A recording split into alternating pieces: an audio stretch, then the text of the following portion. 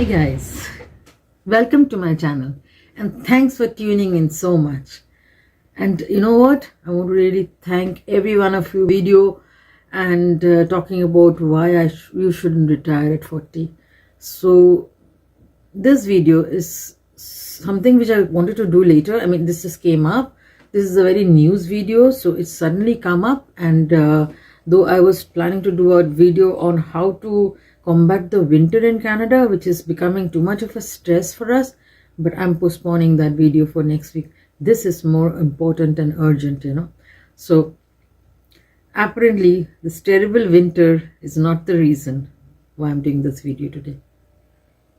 I had done a video earlier in 2017, I think, where I ranted about the reasons why immigrants are now leaving Canada. Well, I wasn't really wrong, Take a look at what happened. Hi everybody, I am making this video after a long time, and I think a lot of people are still generally writing to me a lot that they want to immigrate and they want to come here. But there are a few things I would like to alert you before coming here, because I think you need to know everything. You should not come here with rose-tinted glasses. So this dream of making it big in Canada is turning into a battle for survival here. I'm sure a lot of you have already applied for immigration, already applied for student visa. You are planning on a big life here, right? But I'm so sorry to disappoint you. There are a number of reasons why immigrants are now leaving Canada. The primary reason now why people are leaving Canada is because of its extremely high priced housing cost. It's going up every day. So Reuters have taken out a news yesterday, Mint has taken out a news yesterday, Business Standard, all the Indian newspapers have taken out the news. The Canadian newspapers have not yet, news agency have not yet caught on to the news, because I guess they are still waiting for more proof. But here is the proof. The reversal trend is gradually taking hold. In the first 6 months of 2023, some 42,000 individuals departed Canada, adding to 93,818 people who left in 2022 and 85,927 in 2021. That's the official data. The rate of immigrants leaving Canada hit a 2-decade high in 2018, according to a recent report from the Institute of Canadian Citizenship, an immigration advocacy group, of course. While the numbers went down during pandemic lockdowns, Statistics Canada data shows it is once again rising. Now, there are various reasons to why immigrants are now leaving Canada. Why people came to Canada? Let's first analyze those reasons, okay? Number one, they thought Canada had better opportunities. Number two, better living standards of living. For normal common people, the standard of living is very high, which if you are living in India or any other country, it takes years for you to achieve that kind of living standard. Number three is free healthcare over here. It's actually free. The healthcare, hospitalization, everything is free, even doctor visits. And number four is free education for children. Now, number five also is because Canada being a Canadian, once you have a Canadian passport, you get a lot of access to a lot of countries without any visa, except for India, of course. India doesn't. You have to get a visa for India. So these are the reasons. Now let's analyze each reason. Better opportunities.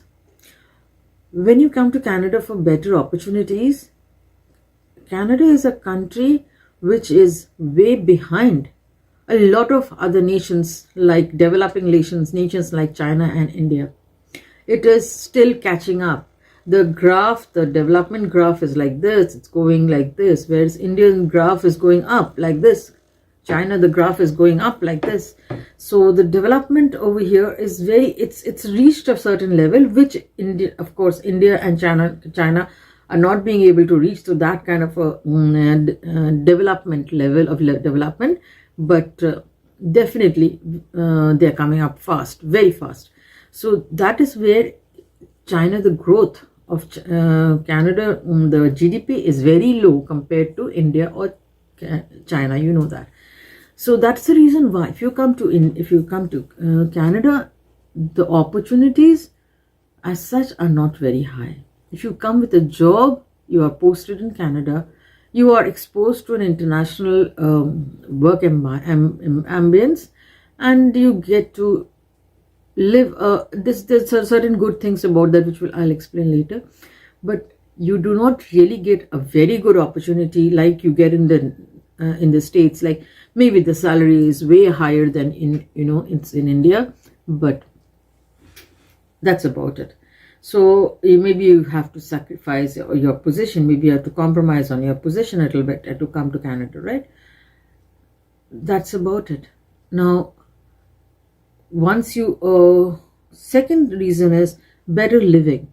Definitely here the living standard of living is very high, very good, and most importantly, you get the respect for being just a human being.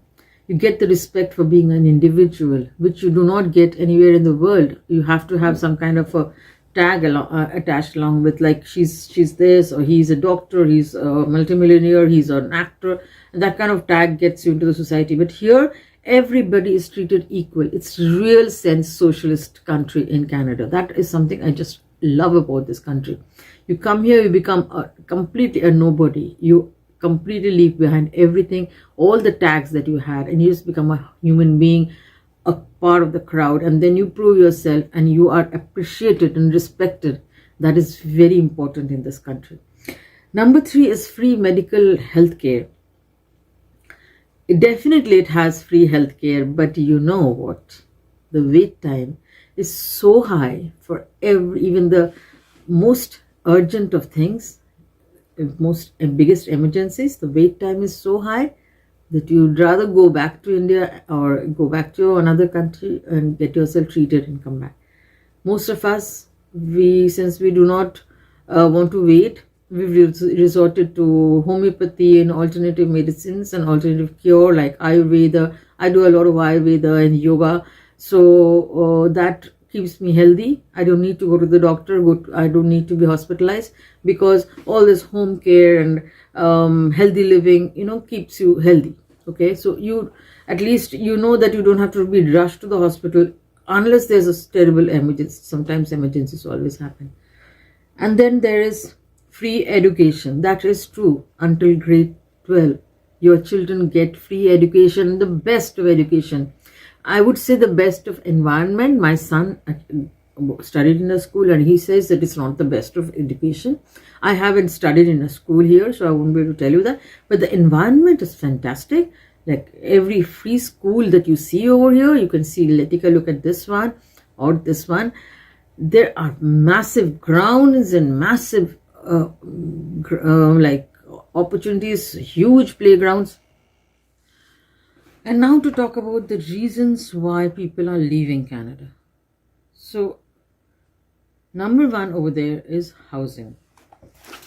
So, written down the points. Like I said, I do not follow any scripts, so I might forget in the middle. So, I'm just written down the points. Number 1 is housing. The housing over here is becoming a terrible scenario. The prices of houses are unbelievably high. I don't know why.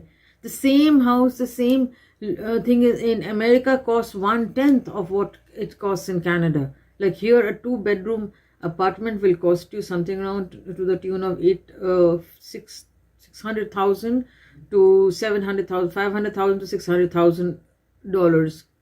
Okay, to buy it, and in America, in $500,000 and $600,000, you can get a huge bungalow. Which is why people in America go there and immediately you'll see them buying huge bungalows. Because a huge bungalow, a huge house costs you below $500,000 over there. Which means a monthly payment of, say, $2,000 from $700 or maximum $3,000 EMI, which you're paying. But yeah, it depends on the interest also, and the interest in America is also very low. So here, Canada, it's such a good place to live. It's much better than USA, I think. But look at the housing. Like, you immigrants do not get a good rent over here. Once they come here, they cannot get a good rent below $3,000. So, and people who have bought houses recently, there's a friend of mine who's moved into a house, and she's saying she's paying around $160 a month for her heating and electricity. So this is crazy.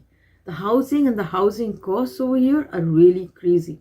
You cannot imagine the kind of cost that's going on, and the kind of market. The housing market is collapsing, completely collapsing, which is the reason Canadians are selling up their house with whatever they're getting, even at the lowest of price. They're all distress selling over here, and they're going back to their countries wherever they belong. Number 2 is, of course, the winter. The terrible winter, which I'm going to make another vlog with. I have already made a vlog. I have to edit it and upload it. It's terrible. It's like it's gray. It's completely gray. It's not white snow. I don't know whether it's because of the global warming, but there is no white snow anymore. It's just gray. It's not sunshine. It's not white snow. I mean, either extreme would have been fine. I'm okay with the cold. It's very cold. It's not even cold, that cold. It's like 2 degrees, 3 degrees, and it's just gray for months. Like December, January, February, March. It's just gray. There's no sun. Can you imagine living in such depression? It's like living in hell. It's deplorable conditions. If you looking up in the sky, I mean, if you have all the lights on and everything, then it's fine. And I have actually I'm going to be talking about how to combat this depression and what are the methods you can adapt to, live through, to go sail through this winter. And the day is short as 7 hours sunlight, maybe. It like the sun rises at 8:30 a.m. It rises and it sets at 4:30 p.m. So it's like 6 hours of daylight. That's it. And the entire daylight is not even daylight. It's like twilight. So it's very, very terrible to live in that kind of conditions. It's very bad for the mental health. Number 3 is again medical. The reason you come here is for medical, and the reason you're going back is for medical again, because you realize that free medical comes with a cost. With a very big cost of waiting. So if you have a terrible, like a few days back, a friend of mine, she had this shut-eye condition where she could not open her eyes, and she was just talking like this. Some kind of a neurological disorder, maybe. And imagine she had to wait to see a doctor for 3 weeks, even though it was an urgent and emergency situation. So that kind of waiting period, why? Why is there so much waiting period? Because there's lack of doctors and nurses. Now, why there is lack of doctors and nurses, and so many nurses and doctors are immigrating like crazy, like in hordes? Why are there so much lack of doctors and nurses? Because Canadian government do not recognize other countries' certificates that they're doctors or nurses. I mean, the human body is the same. We Canadians do not have a different human body, right? So if somebody studied human body in another country, they'd be able to treat whatever happens to somebody over here. The blood color is not green here. So it's very strange that doctors have to sit and pass exams after exams after exams. Meanwhile, they're frustrated, they're driving Uber, and then they're going back home because they do not get their degree that is over here. And the rest of the people are suffering. I mean, this is just crazy. This is just crazy. Canadian government, please wake up.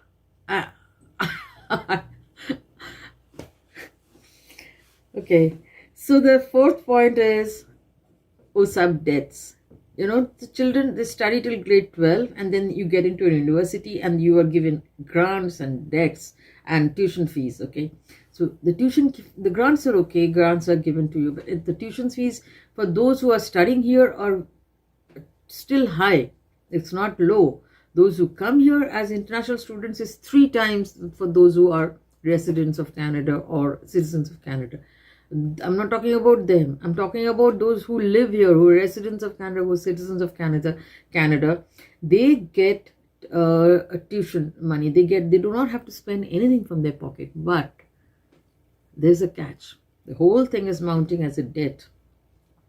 So every child leaves the university or studies with minimum of 50,000 debt, and maximum of, if you go into any kind of specialization studies or doing PhD, a maximum of up to $500,000 in debt. They have sold their lives to Canadian government. They've sold their lives because they have to. And the worst part is opportunities after university.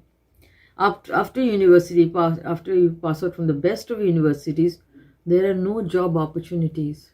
It's still the same. You have to still interact, network. You still have to keep on sending your resumes to the agencies, and you have to keep on following up and keep on doing voluntary work. What's the point of studying in a good university if you do not get a good job?